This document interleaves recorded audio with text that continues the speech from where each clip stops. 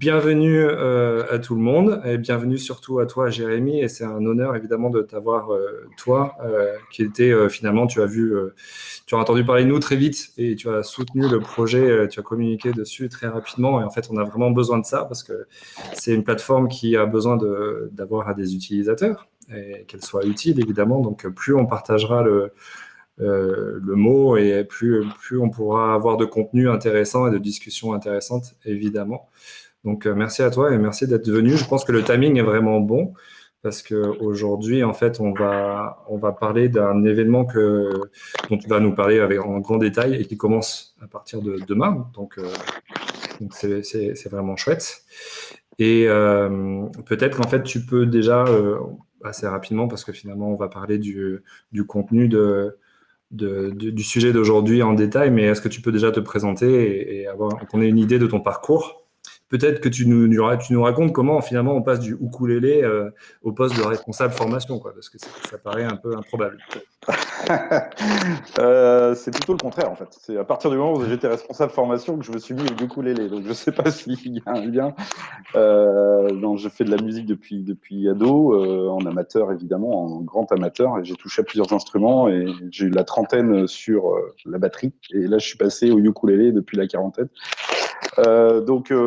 Bah moi après je vais essayer de la faire court quand même. Oui, bien sûr. Parce que ça peut arriver que je mette des heures et des heures à me présenter, donc je pense pas que ce soit l'objet aujourd'hui.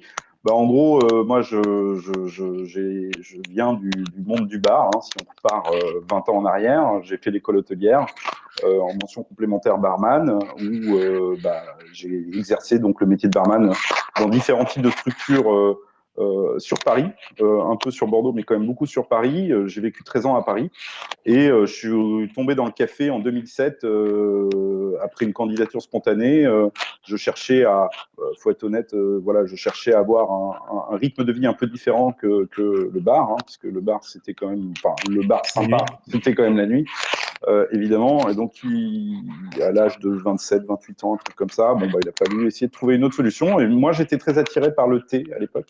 Bah, voilà, encore une fois, c'est assez intéressant parce que le thé, bah, quelques années d'avance, en tout cas, aux yeux des consommateurs, je connais finalement assez peu maintenant le specialty, enfin, un petit peu pas via Vrac et Pauline. Ce qui m'intéressait, c'était d'avoir quelque chose bah voilà, un produit de terroir. On avait une diversité, en tout cas, je sentais qu'il y avait une connaissance au niveau des consommateurs qui était un peu plus avancée. Bon, je pense qu'il est quand même assez loin encore, il y a pas mal de boulot. Donc, je cherchais à travailler dans le thé. Donc, j'ai fait des candidatures spontanées dans différentes enseignes parisiennes de maisons de thé. Et puis, bah, finalement, j'ai eu des réponses négatives. Et puis, j'ai une réponse positive, donc des cafés Richard. Donc, alors, Café Richard, c'est pas la partie industrielle. J'ai été embauché donc au comptoir Richard, sont Ouais. les boutiques. Voilà. Et donc, bah, j'ai quand même travaillé là-bas pendant presque 6 ans en tant que vendeur. Puis petit à petit, j'ai monté les échelons jusqu'à être responsable de boutique. Et dans ces comptoirs Richard, bah, j'ai eu l'occasion de rencontrer Alexandre Bélanger, je ne sais plus en quelle année, peut-être 2009, 2010, un truc comme ça. Il nous a fait une formation et puis bah, on s'est un peu repéré, quoi. Et Mm. puis des années plus tard, en 2013, j'ai commencé chez Belco à Bordeaux, donc, qui est ma ville d'origine, entre guillemets. Retour à la maison.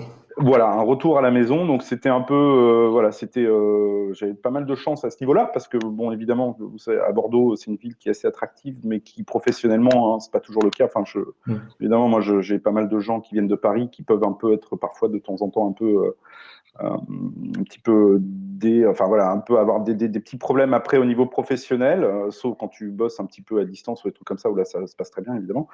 Mais donc moi j'ai eu la chance de pouvoir rentrer un peu au bercail et puis finalement d'avoir un poste évidemment très intéressant. Donc j'ai commencé Ouais. en tant que responsable qualité. Mm. Alors, responsable qualité à l'époque de Belco en 2013, évidemment ça n'a un peu rien à voir avec ce qui se fait Mm. aujourd'hui chez Mm. nous. Mais bon bah voilà, du coup ça fait 2013, voilà, ça va faire 7 ans, un peu moins, 6 ans et demi, puisque je suis arrivé en septembre. Et bah voilà, ça fait 7 ans, donc j'ai été responsable qualité, et puis ensuite je suis passé donc à la formation assez rapidement, hein, puisque si je dis pas de bêtises, tu es venu en formation en 2014, non? Un truc comme ça Oui, ou... exactement, ouais, c'est ça. C'est Hein, ça. c'était la Mm. première année finalement. Ouais.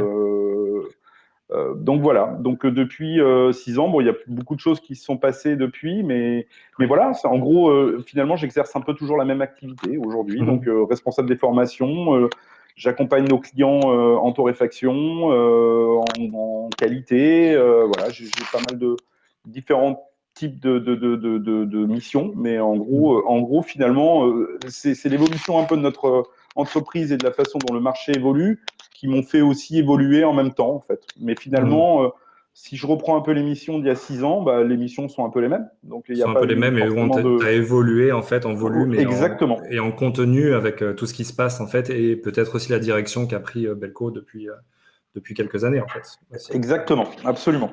Ouais, ok. Et donc justement, j'imagine que le sujet d'aujourd'hui en fait, ça fait partie d'une de ces opérations un peu spéciales qui ont été mises en place par Belco pour se rapprocher, Exactement. pour rapprocher les gens en fait entre eux. Je trouve que c'est peut-être ça. Enfin, tu vas pouvoir nous en parler. C'est quoi en fait? De quoi on parle Alors, aujourd'hui? les primeurs, déjà, enfin, il y a des choses. Bon, aujourd'hui, je risque d'être un peu corporate. Il y a des fois, j'essaie de faire attention, mais là, aujourd'hui, je pense que je vais l'être beaucoup parce que euh, c'est venu d'une idée quand même. Je veux dire, alors, est-ce que c'est parce qu'on est des Bordelais ou pas? Enfin, il me semble que des primeurs, il y en a aussi dans le Bourgogne, mais en tout cas, il y a eu cette idée. Alors, je ne peux pas te dire qui c'est. Je ne voudrais pas enlever à la personne, donc je ne sais plus exactement qui a eu l'idée. Bon, on va penser à 3, 4 personnes Hmm. que sont Angel, Alex. Il me semble qu'il y a eu un client ou deux, peut-être qui a déjà eu cette idée ou de là. Enfin bref, et cette année, c'est la 5e édition, donc ça fait quand même Hmm. finalement 5 ans qu'on fait les primeurs. Alors évidemment, elles aussi ont beaucoup évolué. Mais donc voilà, les premières sont en 2015, quoi. Donc ça commence à faire pas mal. Eh Hmm. ben, c'est évidemment, comme tu dis, cette volonté de déjà de donner accès finalement aux nouvelles récoltes, hein, puisque là, on parle de pays évidemment qui sont encore, la plupart des cafés sont encore à l'origine, ou en tout cas en transport. Donc, c'est un peu vraiment cet aspect primeur, c'est déguster les cafés avant même qu'ils arrivent en Europe, quoi. Donc juste pour Euh, clarifier, en fait, là, on est un peu dans la fin de la récolte pour beaucoup de pays. En fait, c'est ça que ça veut dire. C'est même passé, hein. Tu en as même au Costa, tu as la floraison déjà qui vient de commencer. Donc, on est vraiment, tu sais, prenons un exemple Amérique centrale ou par exemple Costa, puisqu'on est dessus. Tu as la plupart du temps, c'est récolte novembre, décembre, janvier. Tu peux en avoir un peu en février, mais enfin voilà. Normalement, ça s'arrête. Et puis après, bah, tu sais, il y a la partie repos, séchage de la ferme, mais tu as la ferme de séchage je prends une voie nature, une voie lavée, une semaine, 3 semaines. Mais après, tu as aussi un stockage quand même qui est assez important, qui peut durer 3 semaines, un mois. Hmm. Et puis après, il y a la constitution des sacs, qui est Hmm. aussi un gros événement, ce qu'on a le dry mill. Donc un moment important. Et donc voilà, finalement, tu te retrouves un petit peu au mois de mai où bah, les cafés sont prêts à embarquer. Voilà, il y en a qui sont sûrement sur l'eau actuellement. Bon, évidemment, il y a le contexte actuel, évidemment, qui a compliqué un peu les choses, mais d'une manière générale, c'est à peu près cette période-là. Donc, on est en général, c'est plutôt avril qu'on fait les primeurs. Enfin, si mes souvenirs sont bons, on est plutôt au niveau du mois d'avril, peut-être mi-avril. Bon, cette année, évidemment, c'est un peu différent. Mais on est un peu dans cette période-là où les cafés finalement sont prêts à partir. En fait, c'est un peu les échantillons qu'on peut nous avoir en agréage par rapport aux différents types de contrats qu'on a passés à l'origine avec les producteurs. Donc, en fait, au lieu de demander finalement nos échantillons de 350 grammes, bon, on demande des kilos, quoi. Et en fait, on en profite pour évidemment, alors évidemment, tout est dégusté au préalable par la qualité, mais en gros, évidemment, c'est vraiment voilà, les cafés, par exemple, si je ne dis pas de bêtises concernant l'Éthiopie, tu vois, on a des échantillons. Les Éthiopies devraient arriver fin juin, juillet, août, quoi, tu vois, truc comme ça. Donc, on est vraiment sur les primeurs, quoi, Ok. la nouvelle récolte. D'accord. Mais alors, il y a eu par rapport, tu disais que c'était il y a 5 ans que ça a commencé. J'imagine que ça a bien évolué en termes de volume ou de choix de café qui sont envoyés. Comment ça se passait en fait la première année? En gros, explique-nous comment ça s'est passé. Parce que là, en fait, le contexte est un peu particulier, mais j'imagine que vous avez invité. En fait, c'est ça. Alors, c'est une très bonne question. Alors, cette année est vraiment une année très particulière, dont voilà, on en parlera plus en détail. Les autres années, finalement, à part le fait que ça ait grossi, Hmm. en termes de participants, en termes de café, finalement, la chose est un peu la même depuis le départ. Donc, c'est quoi? C'est une journée, 2 jours. Voilà, avec le temps, ça s'est un petit peu augmenté, mais en gros, c'était une journée où on invitait tous les clients qui le souhaitaient venir faire un gros cupping de différents pays. Donc la première année, euh, je pense qu'il devait y avoir peut-être une 20 ou une trentaine de torréfacteurs du monde entier, bon, évidemment avec quand même plus d'Européens et spécialement des Français. Mais en tout cas, je veux dire, on avait quand même, je pense, je ne sais plus exactement combien d'origines on devait déguster, mais je pense qu'il y en avait déjà 5-6 quand même. On est à 11, hein, je crois, aujourd'hui. 11. 11 pays, ouais. Peut-être plus, hein, je te dis, je parle de ça, je fais appel à ma mémoire, ce qui n'est pas facile. Mais en gros, en fait, depuis quelques années, c'est vraiment cette année qui est particulière, hein. C'est ça qui est important, puisque cette année, évidemment, nous avons envoyé directement, vu le contexte actuel, donc forcément, on a envoyé les boîtes, mais la plupart du temps, c'était un gros cupping général. En fait, c'est un moment qu'on adore tous. Enfin, moi, en tout cas, Ouais. j'adore ce moment-là, puisque finalement, bah, tu reçois plein de monde. Donc, ouais, et Tu plutôt, ça se passait comment en fait? En gros, alors qui Alors, était on invité? avait, Est-ce que c'est des gens qui demandaient d'y être? Et est-ce qu'il y avait toute l'équipe de Belco qui était là? Enfin, comment ça se passait? alors, toute l'équipe de Belco a toujours été mobilisée sur les primeurs, hein, parce que c'est un gros événement. Je parle de l'année dernière, je ne sais plus combien il y avait de personnes, mais on était au moins à plus de 150 clients. Bon, c'est des clients, évidemment, c'est des gens c'est des torréfacteurs avant tout, puisque c'est des gens qui achètent le café vert. Donc, c'est un moment aussi qui est important pour nous d'un point de vue achat, hein. Il faut être très clair, cette année, c'est important. On a quand même honoré tous nos contrats, hein. C'est un moment On extrêmement. reviendra dessus, ouais. Tu en reparleras tout à l'heure. Donc, c'est quand même un moment de vente, hein, pour nous. Donc, c'est très important. Donc, évidemment, les gens qui viennent sont évidemment nos clients, les torréfacteurs. Maintenant, évidemment, il y a plein de gens qui ne sont pas forcément clients ou peu clients, qui ont souhaité y accéder. Enfin, voilà. Donc, évidemment, on n'est pas fermé. Mais c'est vrai que, enfin, l'année dernière, je pense qu'il y a un moment donné, on a dû évidemment arrêter parce qu'on évidemment, un gros moment de cupping, il n'y en a pas tant que ça dans l'année. Évidemment, je pense qu'il y avait quand même une émulation où des gens avaient quand même assez envie de venir. Ouais. Euh, donc, il y a un moment donné, on ne peut plus, puisque de toute façon, alors l'année dernière, si je me rappelle bien, on avait 1, 2, 3, 4, au moins 6 tables de cupping différentes où il y avait 25 personnes à peu près à chaque table, quoi. Ouais, c'est énorme. Oui, oui, c'est un Voilà. gros Ah événement, oui, hein. C'est devenu un gros événement, ouais. oui, tu vois, on avait bah, donc 6 postes, moulin, eau, tu vois, enfin tout le matériel nécessaire évidemment pour le cupping. Enfin, c'est gros événement et puis c'est beaucoup de café à déguster aussi puisque finalement sur 2 jours on fait 11 origines, quoi. Tu vois. Bon, alors, 11 origines, j'imagine, avec une bonne dizaine de cafés au moins par origine, même plus, beaucoup plus. Plus. Ouais, ouais, plus. Alors, comment ça se passe dans ces cas-là au niveau du palais? Parce que peut-être que des gens comme toi, vous êtes plus habitués à C'est déguster autant de café, mais alors pour les gens qui n'ont pas l'habitude, quelle est C'est leur un moment expérience? qui peut être particulier, mais pour nous aussi, hein. Je veux dire, on déguste beaucoup de café, mais enfin, quand tu te fais à peu près 150 tasses dans la journée, c'est sûr. Non, non, c'est particulier. C'est vrai que c'est mais bon, j'ai envie de dire, je pense que les primeurs du vin doivent être à peu près du même acabit, si tu veux. Donc, bah, c'est évidemment, des gens peuvent trouver, moi le premier, hein, je veux dire, c'est vrai que peut-être que la dernière origine à 5 heures de l'après-midi ou à 4 heures. Oh, après, on essayait quand même de faire attention à finir quand même assez tôt, tu vois, pour pouvoir. On a quand même un repas qui durait au moins une bonne heure et demie, tu Mhm. vois. Mais c'est vrai que oui, c'est pas simple. Il faut être très clair. Il y a beaucoup de café à déguster. Et donc, oui, il faut. Mais comme tu dis, Alors, après, c'est comme un salon des vins, c'est comme les primeurs du vin. Enfin, oui, c'est un peu la fête du café. Faut encore y aller. une fois, voilà, c'est un peu ça. Et puis de toute façon, encore une fois, bon, toujours un peu avec mon côté formateur, mais c'est une occasion unique aussi pour des gens de Bien sûr. déguster, puis surtout de marteler que la dégustation reste un élément essentiel. Et Mm. s'ils sont plus en plus à l'aise derrière des primeurs, bon bah ils sont prêts à tout, quoi. Je veux dire, après ils peuvent déguster à peu près tout, quoi. Mm. Mais C'est une opportunité, t'imagines bien que c'est de la dégustation, c'est pas forcément de l'analyse, hein. On n'est pas sur de bien sûr. l'analyse sensorielle. Mm. Personne, enfin, il y a des gens, on a quand même toujours distribué des carnets, des choses comme ça. Je pense que tu en as qui font des notes, etc. Mais bon, évidemment, Mm. tu me comprends. Enfin, tu imagines bien que personne ne part dans un énorme cupping d'analyse senso sur le café, Ouais. quoi. On est vraiment Non, plus dans c'est une juste, sphère c'est une gustative, ouais. super opportunité aussi de goûter autant d'origines et de En variétés, de diversité par origine, quoi. En diversité. plus, Ah c'est oui, ça que je trouve c'est ça assez qui est génial, ouais. ouais. On a des vraies diversités par origine. Cette année encore, moi qui me suis pas mal occupé de préparer les box pour les clients, on a une diversité extraordinaire, hein, Alors enfin, justement, en sur fait, la plupart des origines.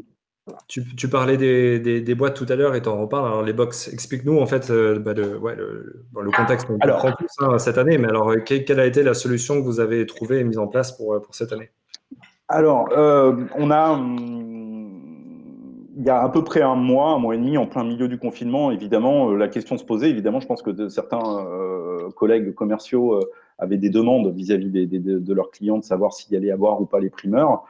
Je pense qu'on n'a pas réfléchi très longtemps et on s'est dit qu'il fallait de toute façon faire des primeurs. Ça, il y avait pas, la question se posait pas. Et puis, bah, finalement, tu t'imagines bien que par rapport à, au contexte actuel, bah, la seule bonne solution, c'était d'envoyer des box chez Hmm. nos clients torréfacteurs. Hmm. Donc, Enfin, si je m'abuse, elles sont parties hier, c'est ça. Parce que je elles sont rebondis parties sur de. aussi, je Oui, rebondis vas-y. sur une question de Renaud en fait qui dit est-ce que c'est trop tard pour commander une box? Oui, Ça c'est trop arrive. tard. Ouais. C'est trop tard, mais Renaud, je t'invite évidemment à prendre contact avec ouais, Dern, hein, je peux bien te comprendre, je suis d'accord. Surtout qu'il y avait des beaux cafés. En plus, bon, voilà, je vais être complètement honnête, on avait un petit peu de rab hier, donc c'était cool. Donc on a fait évidemment quelques box supplémentaires. Bon, évidemment, Manu ne pourra pas, parce qu'il y a une petite box qui va chez Manu.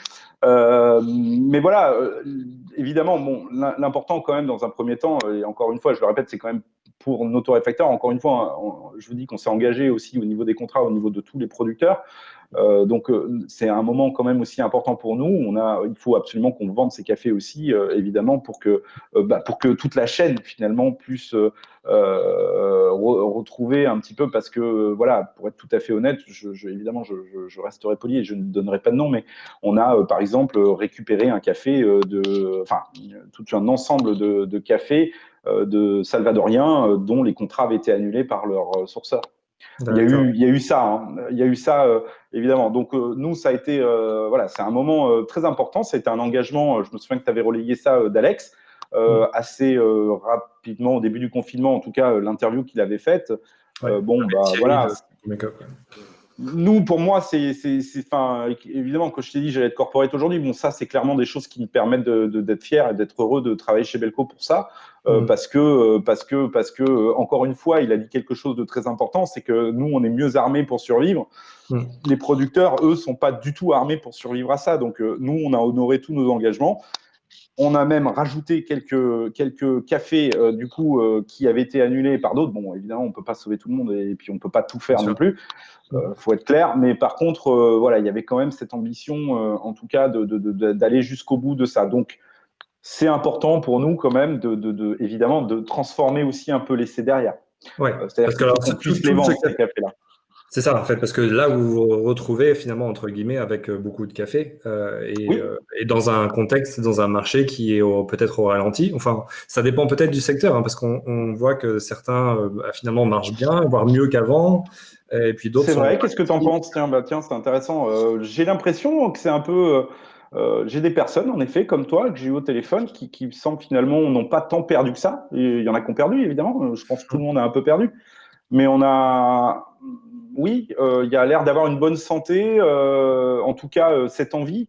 En tout cas, bon, ce qui est sûr, c'est qu'aujourd'hui, depuis 2, 3 jours, enfin, notamment depuis aujourd'hui, évidemment, on a beaucoup, et ça fait un peu chaud au cœur. On a beaucoup de nos clients qui ont reçu leur box, qui ont fait beaucoup de posts Insta, de stories sur Facebook. Enfin bref, en tout cas, on sent quand même une vraie émulation, hein. Les gens sont quand même donc. Euh, Est-ce que le timing est cool? Bah oui, je pense que oui, mais en tout cas, je pense que tout le monde a été un peu confiné et de se recevoir une petite boîte la semaine du déconfinement. Enfin, je sais pas les autres pays européens comment ça se passe. J'ai pas finalement assez peu suivi tout ça, mais en tout cas, je veux dire, tu sens quand même une vraie envie et waouh, super, on va recommencer en faisant un super cupping. Ouais. En tout cas, moi, j'ai vu pas mal de relais là-dessus, donc j'ai l'impression quand même que, enfin, je me fais pas trop de soucis, hein, mais ce que je veux dire, c'est que euh, j'ai l'impression quand même que, bon, la conso de café, encore une fois, elle a peut-être même augmenté. Alors malheureusement, elle n'a pas forcément augmenté de notre côté. Elle est plutôt a été à l'avantage des industriels, mais bon. Ouais, il y a les industriels et puis bon, après il y a un certain shift dans les personnes qui ont réussi un peu à s'adapter et notamment si tu as une boutique en ligne, évidemment, au moins on peut récupérer on peut augmenter en fait sa part de marché chez les particuliers et le gros souci, je pense que c'est surtout les restaurateurs qui ont fermé, donc c'est un gros manque à gagner pour les torréfacteurs. Ça, pour nous, c'est important évidemment. On a beaucoup évidemment de nos clients, comme tu peux l'imaginer, qui sont aussi sur un marché évidemment de B2B, et notamment de restaurants, d'entreprises, beaucoup Ouais. aussi. Bon, les entreprises reprennent hein, petit à petit. Mhm. Bon, après, dans les primeurs, il faut être très clair, on est aussi sur des super beaux cafés, donc c'est pas forcément ce Alors, que tu vas mettre dans la Delonghi. c'est ça. Alors justement, enfin, il peut y avoir du bon café dans des machines automatiques, ceci Je dit, dis hein. pas le contraire, mais c'est des lots quand même parfois qui sont assez. Alors justement, en fait, en parlant de ça, en fait, qu'est-ce qu'on reçoit une boîte et qu'on ouvre, qu'est-ce qu'on trouve? J'imagine qu'il n'y a pas des goodies, mais il y a du café, quoi. Ah, il y a toujours des petits goodies Ouais, voilà, avec Belco. oui. Il y a une petite cuillère de dégustation. Il y a un magazine qu'on a lancé qui s'appelle Act for Coffee où on va avoir différents articles, notamment pas mal au niveau du sourcing. Et là, en l'occurrence, c'est la Colombie qui est à l'honneur sur le premier numéro, avec le road trip d'Angel, de Nico, l'alchimiste Arthur aussi qui était sur le coup, avec les différents types de projets qui se passent là-bas. On a Diego hein, là-bas. Maintenant, on est une agence Belco qui est incarnée par Diego. Mhm. Zamora, qui sera sur les lives évidemment. Donc voilà, un magazine, le catalogue Art of Coffee, cher alors évidemment, et puis bah, beaucoup de café. Hein. Je pense que j'ai peut-être oublié quelque chose, mais enfin en tout cas, évidemment, et les échantillons de café. Donc les échantillons de café, il y avait 40 grammes. Alors peut-être certains ont peut-être eu un peu moins, mais d'une manière générale, c'était ça. Il y avait 40 grammes de Oui, café torréfié. torréfié, C'était assez forcément. important. Et combien d'échantillons différents on a alors? Tu sais à peu près? En gros, en moyenne, je pense que les boîtes devaient avoir une quinzaine d'échantillons en moyenne. C'est-à-dire qu'il y a des fois un peu moins, puis des fois c'est monté un peu plus. Je pense qu'on est monté jusqu'à une vingtaine. Je crois que la capacité maximale de la boîte était de 30, je crois. Donc, ouais, D'accord. en gros, bon, comme tu peux l'imaginer, évidemment, on n'a pas pu recevoir tout ce qu'on voulait comme on voulait, ce qui est totalement logique. C'est un peu le cas chaque année, mais là, évidemment, avec le contexte actuel, c'est un peu. Donc, il y a des fois, on avait beaucoup de stocks Mhm. d'échantillons, et puis il y avait des fois, bah, évidemment, le producteur ou la COP, etc., avait envoyé pas assez. Donc, bon, il a fallu évidemment faire attention à ça. C'était un peu mon job d'ailleurs, je vois, Mhm. en parler, puisque j'ai passé quelques nuits dessus. Mais l'idée, voilà, c'était en tout cas, alors ce qui est important, oui, c'est vrai que c'est quand même un élément important que j'ai pas dit, c'est qu'avant, chaque commercial a appelé toutes les personnes qui étaient. Alors, comment on a fait? Ça, c'est important. On a sélectionné les personnes qui étaient venues au primeur depuis 2 ans. Mhm. Voilà, déjà. On ne pouvait pas forcément accueillir beaucoup de nouvelles personnes. Donc, on a pris les personnes voilà, qui étaient venues depuis 2 ans sur les primeurs. À partir de là, en fait, on les a appelés. En fait, chaque commercial a appelé et donc a fait un petit sondage. En fait, ils ont commencé à poser des questions. C'est une manière aussi, évidemment, comme tu le penses, de prendre contact aussi avec eux parce que là, on est en plein confinement. Voilà comment ça se passe, etc. Et puis donc, on leur a demandé de faire un top 5 des origines qu'ils souhaitaient déguster. On leur a demandé surtout quelles origines ils voulaient pas, par exemple. Il y en a qui achètent peut-être d'autres origines ailleurs, etc. Donc, du coup, on a demandé s'ils préféraient des natures, des lavés. Enfin, tu vois, on a demandé les process. Enfin, on a fait un petit sondage qui nous permettait, nous, finalement, d'arriver à sélectionner les cafés souhaités Demandez, par quoi. les clients. Voilà. Donc, évidemment, à la fin, bah, je pense qu'on a essayé de faire au maximum. Peut-être qu'il y en a qui ont peut-être des petites déceptions parce qu'ils n'ont pas réussi tout à avoir. Je ne te cache pas qu'à la fin, il y avait quand même de moins en moins d'échantillons. Mhm. Mais en tout cas, voilà. Donc en gros, voilà. Il y a eu Et à peu ces près une vingtaine échantillons, ils sont d'échantillons. arrivés une vingtaine. Oui. Ouais. Et ces échantillons, ils sont arrivés par avion, en fait? Comment ils arrivent jusqu'à chez vous? Ouais, la plupart du temps, si je dis pas de bêtises, oui, c'est par messagerie. Enfin, je vais pas faire de Ouais. pub, mais oui, c'est ça, ouais. Mm. D'accord. Ok. Et donc, qu'est-ce que vous vous donnez toutes les infos, des fiches, en fait, sur chacun des cafés à chaque fois, assez complètes, Alors j'imagine. absolument, ouais, absolument. On envoie en fait un mail derrière récap de voilà de ce qu'ils ont dans leur boîte. Évidemment, on n'est pas complètement dans le détail. Justement, c'est à ça que les lives vont servir. hein, Mhm. qu'on va faire. Donc, c'est surtout la description d'achat, le nombre de, enfin, tu vois, la carte d'identité du café, le volume évidemment de sacs disponibles, le prix, la gamme. On a quand même Et alors expliqué justement, aussi. en fait, c'est ce que tu utilisais, c'est plutôt haut de gamme, mais alors est-ce qu'on est dans quelle gamme en fait Non, il y a beaucoup de haut de gamme. Enfin, de haut de gamme, nous, c'est ce qu'on appelle la gamme Estate et la gamme Microlo. Hein, bon, voilà, je pense que tu sais à quoi je fais référence.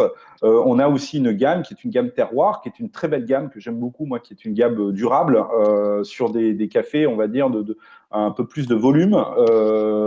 Donc, par exemple, je sais pas, je pense au Guatemala, sur la Mochilita, c'est un assemblage de 3 fermes, tu vois. L'idée, c'est Mhm. de faire un café qui est soit certifié bio, soit fait, en tout cas, fait de manière durable par la production, en essayant de trouver des prix assez raisonnables. D'accord ? C'est vraiment pour moi une gamme hyper intéressante qui permet quand même d'avoir un peu de volume sur des cafés très différenciants et surtout avec quand même quelques histoires à raconter. Enfin, donc cette gamme terroir, elle est évidemment présente dans les primeurs. C'est d'ailleurs, voilà, c'est celle qui finalement a le plus de dispo de sacs, puisqu'on est parfois, parfois il y a un conteneur en entier, tu vois, donc Mhm. 260 sacs, 320 sacs, voilà. Donc il y a aussi ces échantillons, mais après, si on fait un ratio, on doit avoir peut-être, je sais pas, une quinzaine, une vingtaine de gammes terroirs sur peut-être 200, tu vois. C'est-à-dire qu'on a quand même beaucoup. En fait, si tu veux, après, on a tellement de différents types de cafés que, bah, en fait, c'est des estates ou des microlos, quoi. Parfois, il y a des sacs, il y en a qu'un. Hein. Ouais. Il y a des cafés, il y a qu'un sac. On a un super Oni en Bourbon Orange en Éthiopie. Bon, il y a un sac, quoi. Je savais pas que vous faisiez ouais, des si petites quantités en fait. Donc Alors, bon, ça bah, arrive. c'est vraiment le minimum, là. On fait pas moins. C'est Et oui, difficile oui, oui. effectivement. Oui, oui. Alors, si j'essaye là de mémoire, bon, un sac évidemment était le minimum. Le plus gros était 275. Puis après, tu as des lots de 25, 15, peut-être 35, tu vois, sacs, des trucs comme ça. D'accord. Donc là, par exemple, le plus petit volume de ce que vous avez mis dans les boîtes primeurs, en fait, ça va être quoi? Si tu l'as en tête, je sais pas. Et bah, c'est ça, c'est un sac. Enfin, je veux dire, Ah en tout oui, cas, c'est un café avec un sac, avec ah une ouais, ouais. disponibilité d'achat d'un sac. Ah oui, donc c'est vraiment ça, Mm. ouais, d'accord, c'est vraiment ça. Oui, parce que du coup, Oui. tu en as quand même finalement envoyé pas mal en échantillon, quoi. Bah, De fait. évidemment, alors c'était un peu ça l'idée. Pour rentrer dans le détail, comme tu peux t'imaginer, celui qui a un sac, on Mm. avait, je sais pas exactement, mais on va dire qu'on avait une dizaine d'échantillons. On Ah n'allait oui. pas le mettre à 150 torréfacteurs, tu vois bien. Donc, évidemment, sur les grands cafés à 100 sacs et quelque chose, Mm. bon, là, on avait 30 ou 40 échantillons qu'on pouvait dispatcher, tu comprends. Donc, on a essayé évidemment, de trouver le juste Suivant, milieu.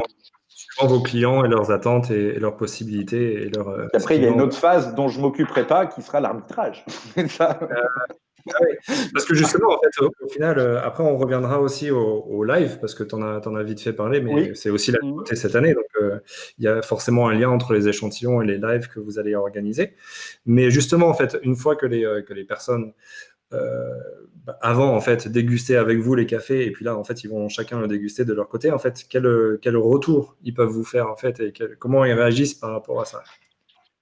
Euh, Écoute, on est encore sur la phase 1, mais là, en tout cas, sur les atomes, je peux pas trop te dire encore parce qu'on est vraiment sur le début. Ils viennent de recevoir leur boîte aujourd'hui, donc je pense qu'on va leur laisser quand même. En fait, les lives sont un peu aussi pour évidemment présenter tous les différents cafés de la box, mais c'est aussi pour les laisser aussi le temps de déguster. Comme il y en a qui se jettent dessus, et je pense qu'il y en a beaucoup qui se jettent dessus parce que le contexte actuel nous fait que on a super envie quand même de se faire un bon cupping. Je pense que ça fait longtemps qu'on n'a pas eu de diversité. Hein. On s'est quand même resté coincé avec quelques, finalement, un peu. Enfin, moi, en tout cas, dans mon cas, il y avait moins de diversité d'origine que je peux avoir habituellement chez Belco ou de process, etc. Bon, donc, du coup, je pense qu'il y en a beaucoup quand même qui font ça. Mais d'une manière générale, la plupart du temps, je pense qu'ils vont revenir vers les commerciaux, hein, les personnes qui s'occupent d'eux en général. Et puis, bah, ils vont leur dire.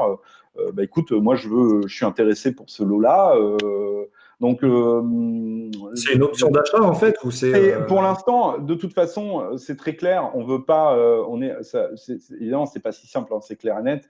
Mais ce qui est clair, là, j'ai Nico qui m'en parlait tout à l'heure. Enfin, qu'en parlait tout à l'heure. Pour l'instant, on prend vraiment les réservations, ouais, des options d'achat, comme tu dis. Mm. On prend les réservations, mais on va laisser 2 semaines. Tu vois. Mm. On va essayer de faire un point de tout ça, et puis après, on va dispatcher. Bon, là, c'est clairement pas mon rôle, mais en tout cas, oui, c'est un peu ça. En fait, c'est un rôle qui est pas mal. Tu peux t'en mettre pas mal dans la poche, hein, j'imagine. Enfin, c'est une blague. Hein, Oui, c'est vraiment. oui, oui. Non, mais moi, je suis très content que ce soit pas mon rôle à ce moment-là. Mais non, mais ce que je veux dire, c'est ça. En gros, on prend toutes les options d'achat dans les 2-3 semaines, enfin 2 semaines, je pense, pas plus. Et à partir de là, voilà. Bon, quand il y a une centaine de sacs, t'imagines bien, ou 30 sacs, je pense il y a moyen, il n'y a pas de problème.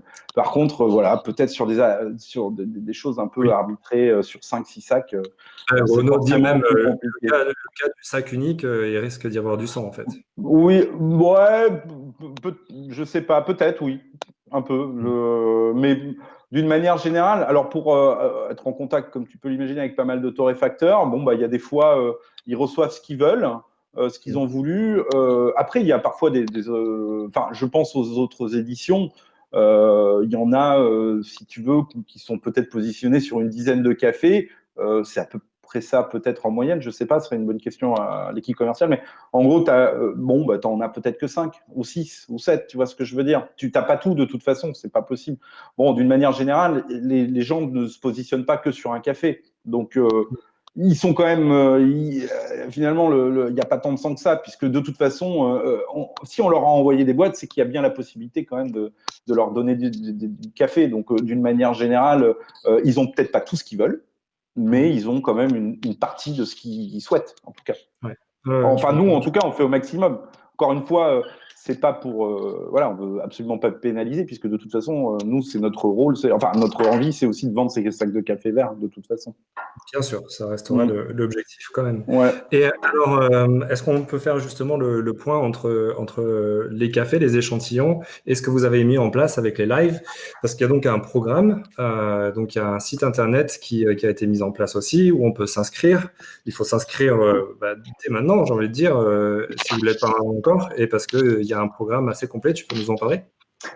Alors, bah attends, je vais me permettre du coup, parce que je me suis mis derrière le programme. Donc, en effet, il y a un site qui vient de sortir qui s'appelle Belco Primeur Café au pluriel, primeur et café au pluriel.fr, où on va retrouver en fait finalement la liste de tous les lives disponibles. Comme tu l'as dit, c'est une inscription, ça se passera via Zoom.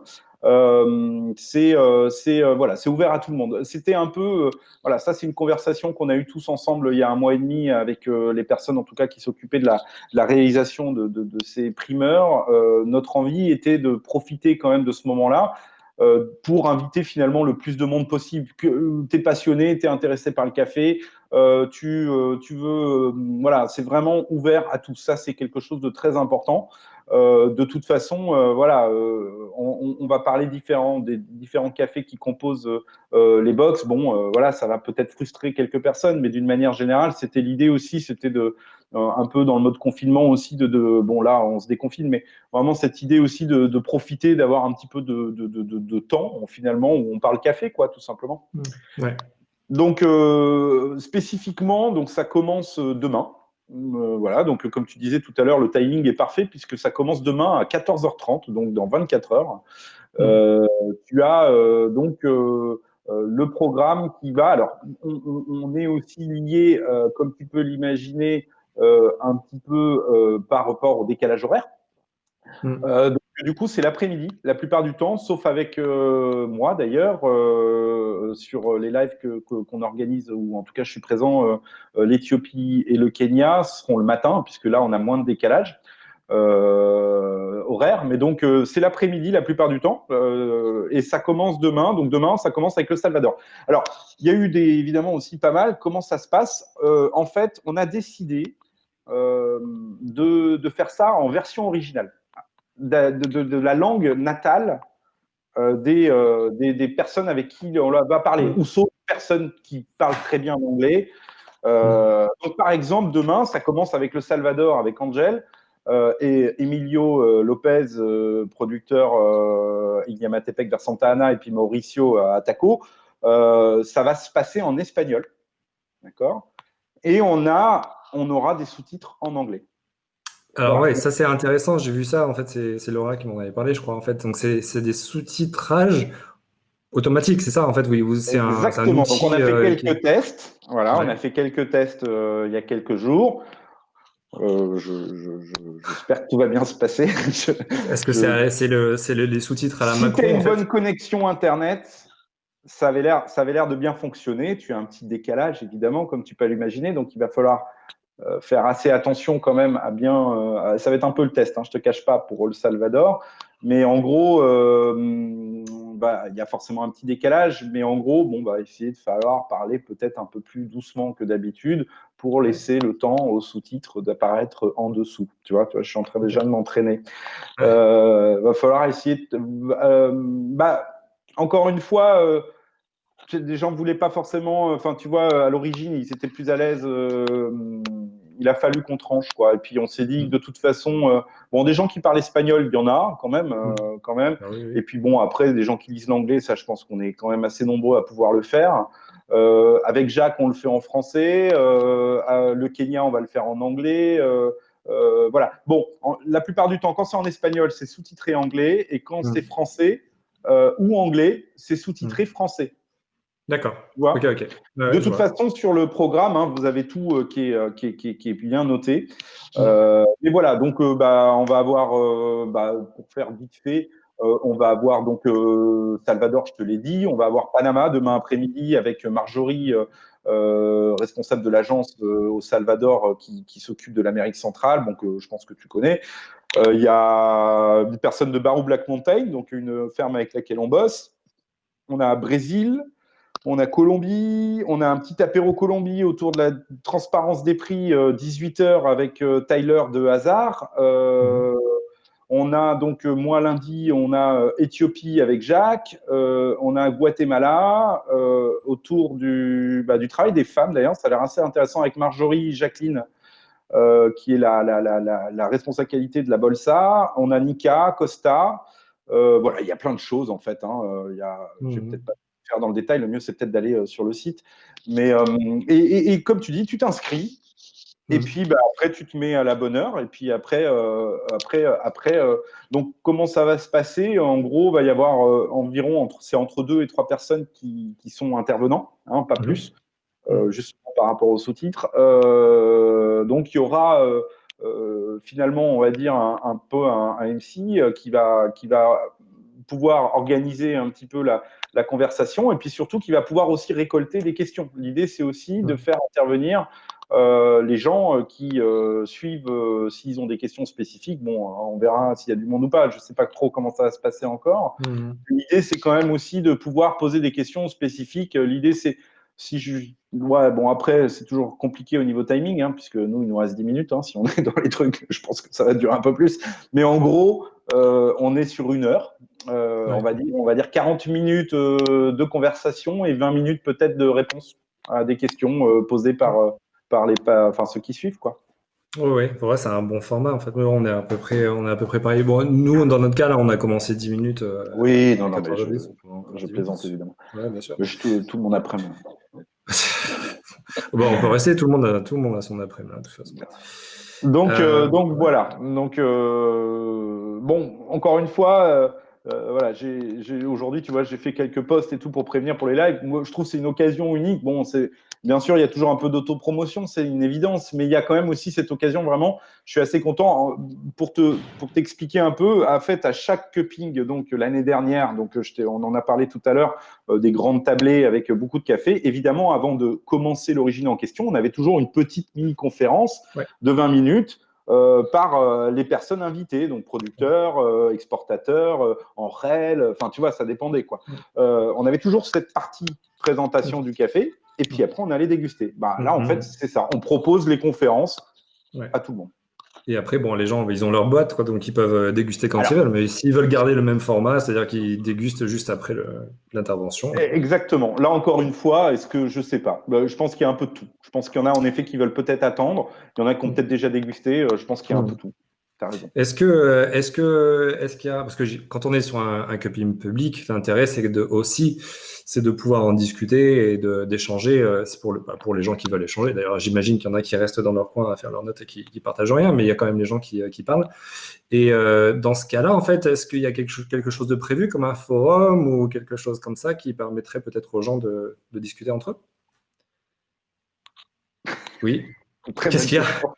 Très bonne question. Non, j'en sais rien. Je me posais la question. C'est une très bonne idée. Merde, Manu, tu aurais dû participer à à Quand vous notre voulez. réflexion à ce sujet-là. Faudrait que je me renseigne. Je ne pense pas. C'est une très, très, très bonne question. Je ne pense pas qu'il y En ait quelque fait, chose qui était prévu à ce niveau-là. Maintenant, je ne pense pas que ce soit très compliqué de le mettre en œuvre d'ici là, mais c'est une bonne question. Je n'ai pas forcément la réponse. Il faudrait que je me renseigne auprès de Maëlle, la responsable marketing de Belco, qui a peut-être prévu ça. Mais voilà, je peux pas te dire tout de suite. Mais c'est une très bonne idée, en tout cas. Bon, après, je connais assez les torréfacteurs réseau. Hein. En général, ils ont déjà leur groupe avec qui ils échangent, etc. ouais. Donc, je pense que de l'échange, c'est pas ce qui manque. Mais par contre, tu as raison, on aurait peut-être pu prévoir une plateforme, en effet. Voilà. Mais en tout cas, quand il s'agit d'échanger, en général, je pense que les gens arrivent toujours à trouver Les quand même gens, ils peuvent le faire, un forcément. moyen. Ouais, Puis, comme tu dis, il y a ceux qui veulent pas échanger aussi. Il y en a aussi, bien sûr. évidemment. Dans la même veine de questions, en fait, il y a Clément qui demande les cuppers vont-ils pouvoir noter les échantillons? Ça, ils le font de leur côté s'ils veulent.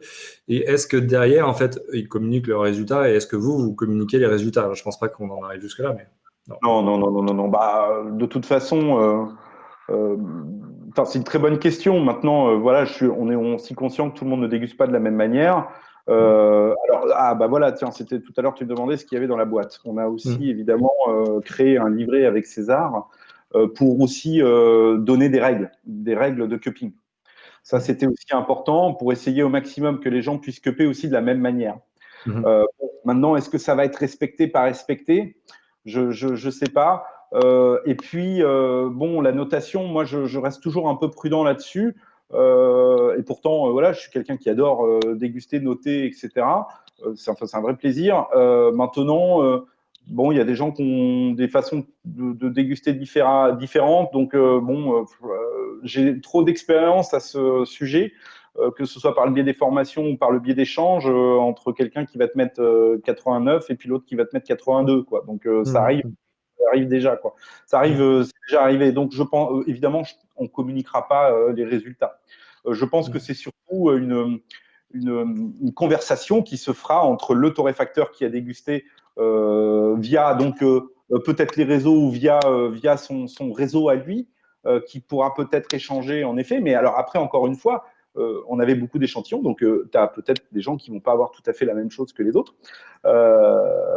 Puisque, encore une fois, on a parlé de 20 échantillons, 15 échantillons, Mm. donc bon, on avait 200 et quelques cafés quand même. Hein. Mm. On a fait 100 Mm. 000 échantillons là, pendant les quelques jours. Euh, Ils peuvent communiquer entre eux, mais après, je pense qu'ils communiqueront directement aux commerciaux, finalement, qui s'occupent d'eux. Ouais, c'est ça, avec les liens qu'ils ont déjà. En fait, c'est une très bonne question de Clément et j'aimerais bien qu'un jour on y arrive, mais je pense qu'on a encore un peu de taf avant d'arriver à ce qu'on ait des choses qui soient assez communes. On a trop de disparités encore. Ouais. Et Encore une fois, tu le déjà. voyais les années précédentes dans les autres primeurs, non, j'imagine, en fait, déjà, en fait, cette disparité entre les gens qui. Ah bah oui, bien sûr, c'est clair. Mais encore une fois, c'est pas pour. Je stigmatise personne, mais c'est une Mm. réalité. Tu as des gens qui dégustent quotidiennement. Ouais, enfin, quotidiennement, c'est un bien grand mot. Bon, oui. En tout cas, qui dégustent régulièrement, qui sont très à l'aise dans la dégustation. T'en as, ils dégustent de temps en temps, donc ils savent Mm. faire, ils font. Et puis je pense que t'en as qui dégustent peut-être une seule fois au primaire. Enfin, je suis peut-être méchant, je ne sais rien, mais ça, en tout cas, quand je dis déguste, attention, hein, je ne dis pas qu'ils dégustent pas de café, je dis juste qu'ils cup, vraiment dans le protocole de cupping. Hein. Ouais. On est bien d'accord. Hein. Je parle pas, évidemment, je dis pas qu'ils dégustent pas leur café habituellement. Ouais. Mais ce que je veux dire, c'est que dans un cupping protocolaire, Ouais. comme tu connais, peut-être qu'il y en a qui ont moins l'habitude. C'est une certitude. Maintenant, c'est ça qui est assez cool. Il y a pas. On crée des tables assez marrantes. Hein. On mélangeait un peu tout, quoi. Hein. Donc il y avait des Mm. super moments d'échange entre les torréfacteurs. Mm. Après, il y a plein de Mm. torréfacteurs qui ont pas honte de dire, bah écoute, moi j'apprends, j'ai pas eu forcément le temps de déguster, etc. Donc Ouais. il y a une émulation qui se crée. Encore une fois, c'est pour moi quelque chose d'important puisque ça permet encore une fois. Moi, je le dis toujours, hein, je suis chiant là-dessus, je le répète dès que j'ai l'occasion, mais la dégustation, c'est tellement, tellement, tellement important. Des appareils modernes en torréfaction, parce que je connais aussi notre marché français, des appareils à torréfier neufs et de la dégustation, du contrôle qualité. Donc, moi, c'est mes deux buts. Donc, les primeurs sont une vraie occasion de déguster, quoi. Mm. Est-ce que tu peux nous parler de ta présentation à toi, en fait, parce que du coup, tu la connais mieux que celle des autres. Tu vas nous parler de quoi, en fait, dans les lives, toi? Alors, moi, je suis toujours très honnête, donc je suis pas rentré dans cette phase-là, mais parce que moi, je viens juste de finir, tu vois, le tableau. Eh oui. C'est marrant parce que j'ai déjà eu des mails de Jacques, parce que je suis avec Jacques les deux fois. Je lui dis, Jacques, attends, je finis juste ce que j'ai à faire. Et là, je passe après. Donc, je vais évidemment commencer demain, mais je peux te le dire évidemment d'avance parce que je vois très bien de quoi on va parler. On va parler évidemment Mm. de l'agence en Éthiopie. On va Mm. parler des producteurs avec lesquels on bosse, les nouveaux. On va parler de tout ce qui a été fait. Mm. Voilà, j'ai eu la chance d'y aller d'être en Éthiopie en janvier. Donc, du coup, Mm. en plus, je suis assez imprégné. Du coup, en tout cas, de la région d'Irga, de Guji, du Mm. Sidama, etc., Ben Sadaye, tout ça. Donc, Ça bon, marque, hein. Ouais. voilà, ça marque évidemment. Moi, c'est mon deuxième. J'ai de la chance parce que je suis allé dans le Jima. Alors, bon, on a une mauvaise nouvelle cette année. On a eu des troupes politiques dans le Walaga, donc on n'aura pas de café du Walaga chez Belco cette année. Ouais. Ça, c'est un peu une tristesse. Par contre, on a Mm. plus de honey. Ça, c'est la bonne nouvelle. On a des vrais honey d'Éthiopie, hein, quand même. Hein. Ça, c'est une vraie, vraie, Mm. vraie bonne nouvelle. Donc, J'ai une on va question parler de tout subsidiaire, en ça. fait, parce que si je m'abuse, ça n'a rien à voir avec le sujet des primeurs, mais si je m'abuse, en fait, c'était la première année du Cup of Excellence en Éthiopie. Oui. Est-ce que vous avez quelque chose à faire avec ça? Est-ce que vous participez d'une Écoute, manière ou d'une autre? on a trois personnes. C'est ce que j'en ai parlé. On en a parlé hier. Apparemment, on a trois personnes. C'est Jacques qui a relayé ça, qui ont été primées. Je ne sais pas à quelle Ah ouais, place, ok. comment, pourquoi, mais en tout cas, il y a trois cafés apparemment des primeurs qui ont été primés. Voilà. Ah bah cool, ok. Mais je sais pas les cafés. Hein. C'était vraiment une conversation rapide. Mais oui, en effet, il y a eu la Cup of Excellence. Et voilà, c'est super. Moi, je suis hyper content. Et je crois qu'il y a des cafés qui sont montés à 91, 90, je crois. J'ai entendu parler de ça aussi. J'étais très content. Ah ouais. Donc voilà, quoi. C'est cool. C'est super. Ah Enfin, oui, oui, c'est super. Je pense que les dégustateurs se sont fait plaisir envie de pour le coup. faire la Cup of Excellence d'Éthiopie. Enfin, moi, je crois que là, c'est un nouveau step rêve, quoi. Tu vois, là, je Ouais, serais bien. c'est ça. Je m'en On va fous se qu'ils prennent battre. pas mes Là, il y aura notes. du sang. C'est pas, ouais, là, c'est clair. Mais ouais, ouais, tout à fait. Apparemment, on a trois cafés qui ont été primés, mais je sais pas lesquels. D'accord, d'accord. Mm. Ok, alors, et finalement, alors, donc, si donc, imagine, je suis un torréfacteur, j'ai un café que j'ai vraiment envie d'acheter.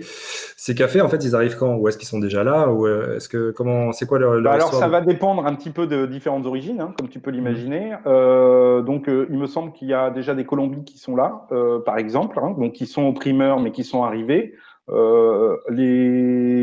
Les Honduras, Mexique, ça va être un peu. Je crois que c'est assez compliqué quand même cette année, confinement, etc. Mhm. Brésil, je me demande, t'en as sûrement certains qui sont arrivés aussi, hein, puisque la récolte, tu sais, au Brésil est plutôt en été, donc Mhm. juillet-août. Donc là, les cafés qui sont là. Et puis juillet, au max, je dirais. Juillet-août, tu vois, peut-être pour. Mhm. Mais la plupart vont arriver là dans les 2-3 mois, quoi. De 5, 6, 7, oui, c'est ça. Oui, oui. Mai, juin, juillet. Mhm. Juillet, a priori, on devrait à peu près avoir tout, quoi. En Ok, gros. Donc il y a 3 mois, 3-4 mois d'attente. C'est vrai que parfois, d'accord. c'est un peu, je pense, assez frustrant. Je veux bien le croire. Et alors, en fait, vu qu'il y a ce moment quand même, c'est plusieurs mois en fait, Comment est-ce que vous gérez et d'ailleurs comment ça s'est passé dans votre expérience des dernières années par rapport au possible changement en fait dans la qualité du café entre les primeurs et le moment de la réception et est-ce qu'il y a eu Mais alors, oui, il y a eu forcément des choses parfois qui peuvent être un peu changeantes. Ce serait mentir de dire que tout est nickel et tout va c'est bien. du Mais café, on sait ce que c'est, quoi. voilà, on sait comment ça vit, comment c'est stocké, enfin voilà, comme ça peut être perturbé. Donc oui, c'est déjà arrivé, ouais. C'est arrivé un peu l'année dernière, il me semble. Bon, je veux pas nommer parce que je veux pas Non, forcément non. dire le pays, ça pourrait le désavantager cette année et peut-être que cette Mm. année il sera très bien. Donc je sais pas, mais oui, bien sûr, ça peut arriver, ça peut arriver. Ce serait, de toute façon, c'est assez cool hein, parce que les torréfacteurs en général, évidemment, et c'est normal, quand ils reçoivent leur sac qu'ils ont acheté évidemment via des primeurs, la plupart du temps le redégustent et ils ont bien raison. D'ailleurs, voilà, il faut le faire à chaque fois, hein, même à réception Ouais. de sac, je pense qu'il faut toujours cuper ce qu'on reçoit, ça me paraît normal. Encore une fois, n'oublions pas que nous, les achats se font d'une manière générale sur 350 grammes de café vert, hein, et un sac c'est Mm. 60 kilos. Donc, encore une fois, c'est hyper important de déguster ce qu'on reçoit. Mais en Mm. gros, oui, bien sûr, ça arrive, ça peut arriver. Bon, la plupart du temps, c'est pas beaucoup. Enfin, c'est pas, il n'y a pas tant de ça, mais c'est déjà arrivé. Oui. Parfois qu'on ait des petits problèmes à Ça la reste réception. ça reste une réalité du café. Et en fait, finalement, en fait, Exactement. presque les torréfacteurs, ils sont un peu plus dans la position d'un importateur, dans le sens où ça, en fait, vous avez à dealer avec ce genre de choses tout le temps. C'est-à-dire que vous goûtez Absolument. des choses à l'origine, et après, voilà, tout le monde espère que le café aura la Bah, même qualité une fois qu'il arrive. exactement. Pour te réexpliquer très rapidement, d'une manière générale, il y a trois types d'échantillons en qualité. Il y a ce qu'on appelle l'échantillon d'offre, le pré-shipment et les réceptions. Donc, c'est le boulot évidemment des équipes de César Mm. de déguster l'échantillon d'offre. Alors, déguster, je ne vais pas te faire toutes les analyses physiques, mais enfin bon, voilà, tu as toutes les analyses physiques du verre. Mm. Dégustation, validation, et ensuite le pre-shipment sample, c'est avant d'embarquer en fait. Tu vois, Mm. Mm. c'est ton dernier, hein, tu vois. Donc, c'est évidemment, tu le compares avec l'échantillon d'offre. Et puis à la réception, eh ben, Mm. tu ressors tout ça, quoi. Ouais. C'est Ok. systématique. D'une manière générale, ça se passe bien, mais évidemment, ça arrive qu'il y ait des problèmes. Mm. Mm. En général, Euh, c'est pas très embêtant d'ailleurs. Enfin, la plupart du temps, il n'y a pas trop de soucis. Je veux dire, soit ils récupèrent les sacs. Enfin, encore une fois, oui, il y a un on a beau protocole, avoir un j'imagine. marché du café quand même énorme. Mm. Nous, on travaille sur une faible Mm. partie du marché, hein, comme tu le sais. Donc les gens se connaissent. Donc il n'y a pas. Ouais. Enfin, tu vois, si tu embrouilles avec quelqu'un, en général, Mm. ça se sait rapidement. Donc en général, Mm. ça se passe plutôt bien à ce niveau-là. Mm. Alors, je vais passer aux questions, en fait, à moins que tu aies quelque chose à rajouter par rapport à Hum, l'ensemble du sujet, mais sinon, on peut je peut-être sais pas, qu'est-ce que tu demander en si... penses? Je pense qu'on a fait un bon point, non? Je pense qu'on a J'ai tout bien compris. expliqué. Bah, Moi, écoute, ça va. j'ai hâte d'être à demain et de pouvoir voir tout ce qui va se passer dans la semaine et puis de recevoir la boîte, évidemment. Est-ce que, alors, par exemple, Renaud, ensuite, il y a une question de Morgane aussi, sympa. Renaud, en fait, demande si, tu as parlé de l'Éthiopie, est-ce qu'il y a d'autres pays africains, en fait, par Oui, exemple le Kenya, mais quoi d'autre? exactement. Pour la première année, ah non, non, non, non, non, non, je dis des bêtises. Non, non, Kenya, je pense que ça fait 2 ans déjà. Oui, on a un autre pays africain qui est le Kenya cette année. Alors le Kenya, évidemment, on travaille avec Boyce Ah oui. Harris, que tu as dû rencontrer à Berlin, je crois, tu te souviens? Ouais, et En j'ai tout eu cas, il la était à chance Berlin. d'aller sur sa plantation, en fait, aussi. Bah, voilà, alors, tu vois, tu connais mieux que moi. Donc, on a pas mal de cafés de Boys et on a un café enfin, alors que je connais pas encore parce qu'en plus, on a eu un souci. On n'a pas réussi à avoir la réception des échantillons, pour être tout à fait honnête, à temps. Mais on a enfin trouvé une possibilité d'achat en direct à un producteur sans passer par les mastodontes qui régissent le Kenya, hein, que sont Dormans C'est drôle. et C'est drôle, ça. Sukafina. Voilà, donc même Boyce, même le café de Boyce, on est obligé de le passer par eux. Donc comment la licence d'exportation, j'avoue que je suis pas complètement. Je pense que ce sera justement. Moi, je m'occupe justement du live sur le Kenya avec Jacques, parce que du coup, l'agence Éthiopie évidemment commence. Aujourd'hui, on a quand même 5 personnes hein, sur l'agence Éthiopie. Ouais.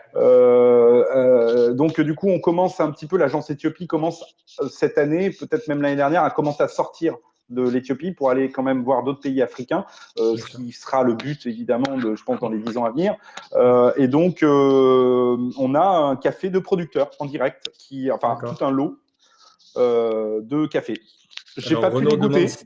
ouais, Oui. Renaud demande si c'est Magouta, mais Eh peut-être. ben, il a tout à fait raison, c'est Magouta. Voilà. Et Renaud, il a ses infos quand même. Ah ouais, Euh, il a de bonnes infos. C'est exactement ça. Et donc, on avait pas mal d'échantillons prévus. Et c'est assez cool parce qu'il enfin, il nous a fait un texto, il a fait un texto à Angel en disant c'est bon, je viens d'envoyer les échantillons, mais c'était, on était en plein dedans, donc c'était un peu trop tard en fait, malheureusement. Mais alors ça, encore une fois, c'est pas très grave. Dès qu'on les reçoit, on les dispatchera évidemment à tous les gens à qui on avait prévu de les envoyer de toute façon. Mais évidemment, il y a des trucs. J'ai eu Café au logo au Mexique, malheureusement, problème de confinement, on n'a pas réussi à tout avoir. Là-bas, à Brésil, il m'en manquait quelques-uns. Enfin, comme vous pouvez imaginer, on a réussi quand même, je vous dis, à avoir à peu près 200 cafés, mais on n'a pas réussi à tout avoir. C'est clair. C'était un peu. Mais voilà. En tout cas, Kenya, ouais. Et il y a un live un matin. Je crois que je me demande, c'est pas le dernier jour, le mercredi prochain. Je regarde vite fait, mais et c'est intéressant parce que j'ai quand même parlé un petit peu avec Jacques là-dessus et il m'a dit qu'il voulait aussi pas mal orienter ça au niveau des variétés botaniques. Tu sais, les fameux SL, je pense qu'ils ont des choses à dire. Tu sais que le SL est quand même considéré comme une variété qui pousse uniquement avec des produits chimiques. Donc, c'est quelque chose que je ne savais pas forcément, que j'ai commencé à apprendre. Donc, il y a toute une. Il nous a proposé de parler de ça. Et je pense que c'est une très, très bonne idée parce que finalement, voilà, on connaît de nom, on sait d'où ça vient, mais on ne connaît pas forcément. Le Kenya est un pays très particulier quand même. Je pense c'est qu'on sûr. a. En fait, Hein, toi qui y es alors, allé, tu peux peut-être même en parler, quoi. en fait, c'est le bio. C'est pour eux, ça a pas de sens. Et surtout, quand tu arrives, nous, on est arrivé à une période où, en fait, où c'était après, c'était à la fin de la récolte, donc il se passait pas grand-chose, si tu veux. Mais on a quand même eu l'opportunité d'aller visiter et parler à quelques chefs de coopératives. Et en fait, dès que tu arrives, première chose que tu vois, c'est des grands posters d'une grande marque américaine qui a été rachetée par des Allemands qui explique comment utiliser tous les produits et à quoi tous les produits euh, sont, enfin pour lesquels ils sont absolument nécessaires. Et en fait, c'est ancré les pratiques. En fait, donc Ouais, c'est une vraie difficulté enfin, voilà, de proposer en tout cas une alternative, quoi. bah, surtout s'il se trouve que je n'avais pas l'info, mais s'il se trouve que ces fameux SL qui sont finalement, je ne sais pas quelle est la proportion exacte, mais je dirais peut-être 90% de ce qui est planté là-bas, en fait, enfin, t'imagines quoi, enfin, c'est énorme. Ouais, donc de là peut-être privilégier. Enfin bon, après, je te cache pas qu'on a du SL évidemment dans les propositions de café, mais en tout cas, apparemment, il y a quand même voilà, un axe, en tout cas, proposé par Jacques pour parler de ça. Je pense que c'est important de toute façon Bien sûr. Mais bon, enfin, faire évoluer par ça. contre, il se trouve quand même que les SL sont bah, quand même très très bons. Et on voit quelques SL qui sont plantés en Amérique centrale et en Amérique du Ben, Sud. on en avait quelques-uns pour les primeurs. Ouais. On a du SL salvadorien de chez Emilio. Ah oui, c'est vrai qu'il en fait, ouais, c'est ça. Ouais. Exact. Et Morgane, alors peut-être qu'on peut finir là-dessus, à moins qu'il y ait d'autres questions qui arrivent. Elle demande, toi, en fait, ce que tu attends le plus, en fait. Est-ce que tu peux nous donner un petit teasing sur un des cafés en particulier ou tu veux absolument le garder pour toi? Ah, pas du tout, pas du tout, pas du tout. Moi, alors comme j'ai été sur le tableau pendant quelques jours et quelques nuits, Euh, ouais, enfin, et puis j'en ai pas mal torréfié aussi. Ouais. Euh, oui, j'ai fait aussi partie de cette phase-là parce que on avait parfois des échantillons et d'ailleurs, je les en remercie.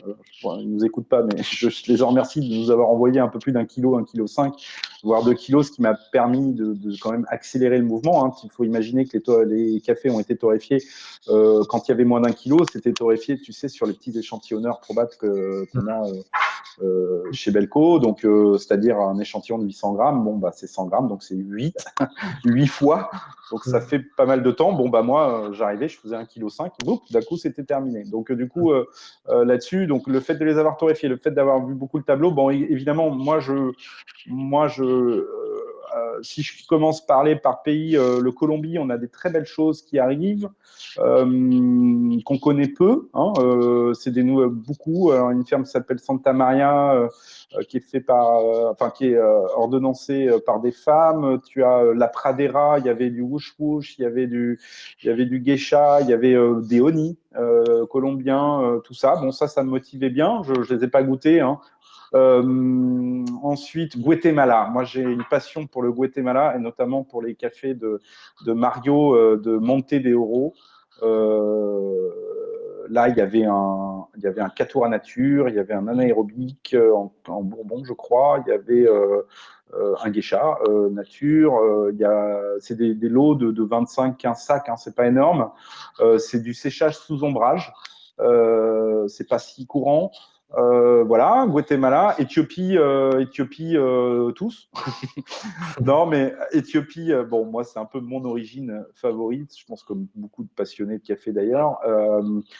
Les honey, en fait, moi, je trouve ça génial. Enfin, moi, le honey d'Éthiopie, je trouve ça. Enfin, je suis pas un fan parce que on n'en a pas tant que ça. Hein. C'est des sacs qu'on voit quand même peu. Hein.